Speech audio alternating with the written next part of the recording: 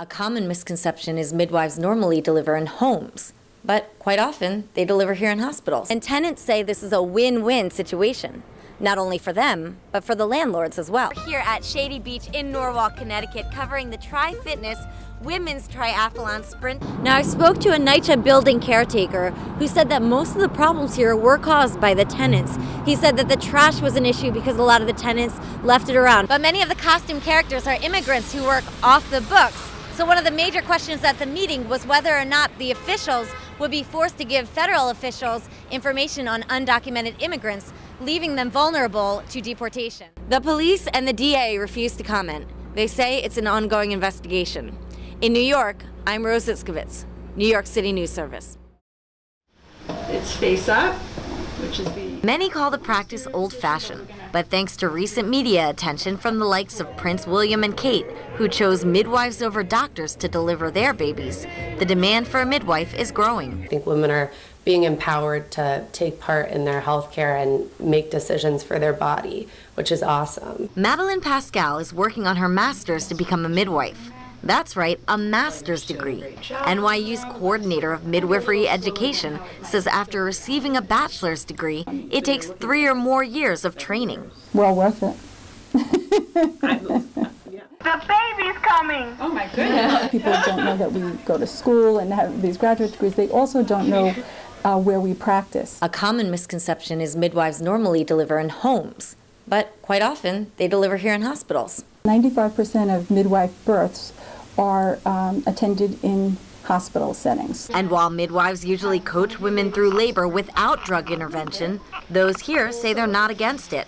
Still, the high-touch, low-tech approach is a part of the growing appeal. You are a woman, you are meant to have babies, you are meant to grow a baby, and you're meant to birth the way your body tells you to. Altman says the less invasive approach also means you're less likely to have a C-section under the guidance of a midwife. If somebody needs a cesarean, I mean, we're all for it. But sometimes if you are patient enough and you wait, as long as the mom is doing well in labor and the baby is doing well, there's no reason to rush it. And despite what many may think, a midwife's job is more than delivering babies. We take care of women throughout their life cycles, from puberty, through childbearing, post-childbearing, as well as through menopause. For midwives, Altman says a woman's health is their passion. Rose Itzcovitz, New York 1. A barbershop in the Norwood section of the Bronx, a tech startup in Hunts Point. Small businesses begin to transform the landscape of the borough. There's no short of people who are hungry for opportunities and have skills. The fact that the opportunities are scarce here is the problem. Scarce, but Miguel created opportunities when he opened his tech startup, Mass Ideation, in Hunts Point. I realized, the type of career I wanted, I had to kind of create myself, because there were not many people like me in that world. And I thought I could possibly help bring the Bronx back up, or if it ever was up. Thanks to startups like Miguel's, Bronx small businesses have increased 26% in the past 2 decades. Clarence Stanley directs the Small Business Development Center at Lehman College in the Bronx. He sees the change firsthand. We're now calling the Bronx the new Brooklyn. Bronx economic development fell behind the other boroughs, but some think the recent influx of immigrants changed that. Like Gabriel Gonzalez. That's a dream that we have. Any immigrant will come from different countries, come to this country. The dream to have, the American dream. You have to own a business. To encourage local business ventures, the Bronx Outreach Center has a small business incubator. We're a support system, and I think that there was a need because it's a very, in some parts of the Bronx, it's very low-income communities. Unemployment in the Bronx is the highest in the city by far. Nancy's right. At 9.3%, the Bronx still has the highest unemployment rate. But as of last September, it's under 10% for the first time in 5 years. Tech innovator Miguel Sanchez sees good things to come. Now everybody's seeing the opportunities here and saying, okay, I've seen it happen in all the other boroughs. It's obviously eventually going to happen in the Bronx. Let me get in on that before it does. In the Bronx, Rose Itzcovitz, New York City News Service. Police missed this little guy. They recently raided the Brooklyn backyard and took nearly 200 rabbits away. The rabbits were stolen from me and nobody informs me what's going on. Neighbors worried when it got really cold. I just didn't think this is a good environment for them, and called 311. These photos show the bunnies before the raid, and Trek says they were just fine. In fact, she says she's working on developing new breeds. That the rabbits live outside all year round, and they have been adopted to all kinds of weather. But some animal activists disagreed. In this case, I went to the DA because the police and the SPCA had not acted, so I was hoping that the DA might act. Exams showed the rabbits had bite marks, mites, and syphilis. On social media, neighbors and animal rights activists celebrated the rescue. But Trek says her project is far from over. I can promise you, as soon as the spring comes, which is just about 1 month, this garden will be full of the rabbits. And there will always be rabbits here in this garden.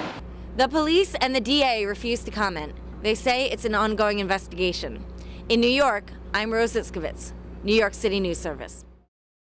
This has the mildew smell within this closet. I didn't empty the whole closet, but this is basically what the back looks like. On the surface, her apartment looks well kept. But Josie Rodriguez says take a closer look, and you'll see the many problems she deals with daily. We've had nothing but trouble within the walls of the apartment. I have had mold and mildew problems from the leaking roof. Cracks in the walls have also created a pest problem. I develop asthma from all this, and every winter I'm out sick because they have to treat me with upper respiratory issues. Health researcher Dr. Marina Resnick says mold and pests are common asthma triggers, a huge problem for many living in the aging Bronx buildings. Asthma hospitalizations are 5 times higher in the Bronx than overall in the nation. But doctors and nonprofits are working to change that.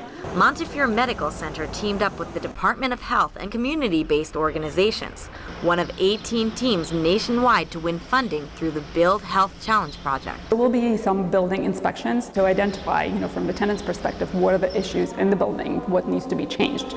And then we will be approaching landlords to get those, changes done. But first, the community groups plan to help tenants organize so they themselves can advocate for better living situations. I think that's the basic need for all of us, to be able to live in a housing, be it an apartment building, be it a home, that is environmentally safe. And tenants say this is a win-win situation, not only for them, but for the landlords as well. The landlord can benefit by energy efficiency and as well as providing green jobs. For Rodriguez, the changes are long overdue. I get frustrated and I become agitated because I fight and I fight and I fight. I want a clean environment.